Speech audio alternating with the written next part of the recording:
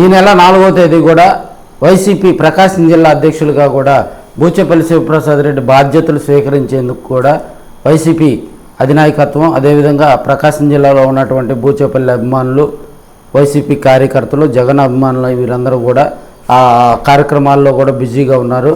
ఈ నెల 4వ తేదీన కూడా వైసీపీ కార్యాలయంలో, అంటే కొత్తగా నిర్మించినటువంటి వైసీపీ కార్యాలయంలో కూడా ఈ కార్యక్రమానికి సంబంధించి ఏర్పాట్లు పూర్తయ్యాయని కూడా వైసీపీ శ్రేణులు అయితే చెప్తా ఉన్నాయి. ఈ నెల 4వ తేదీన బూచేపల్లి శివప్రసాద్ రెడ్డి ప్రమాణ స్వీకారోత్సవం కూడా గతంలో వైసీపీ అధికారంలో ఉన్నప్పుడు ఎలా చేశారో దానికి ఏమాత్రం తీసిపోకుండా కూడా ప్రజలందరినీ సమీక్షించి భారీ సమీకరణ చేసి భారీగా కార్యకర్తలను కూడా ఒంగోలుకు రప్పించి ఇక్కడ ప్రజలందరూ కూడా తమ బలం ఇతర పార్టీలకు కూడా సవాల్ విసిరే కార్యక్రమానికి కూడా వీరు శ్రీకారం చుట్టడం జరిగింది. అదేవిధంగా చెవిరెడ్డి భాస్కర్ రెడ్డి కూడా మన ఇటీవల ఒంగోలులో జరిగినటువంటి ఆయన పార్లమెంటు పరిశీలకులుగా నియమించిన తర్వాత కూడా ఒంగోలులో జరిగినటువంటి కార్యక్రమాల్లో కూడా ఆయన చురుగ్గా పాల్గొనడం జరిగింది. చాలా మార్పులు రాబోతున్నాయని కూడా మనం తెలియజేసుకోవచ్చు.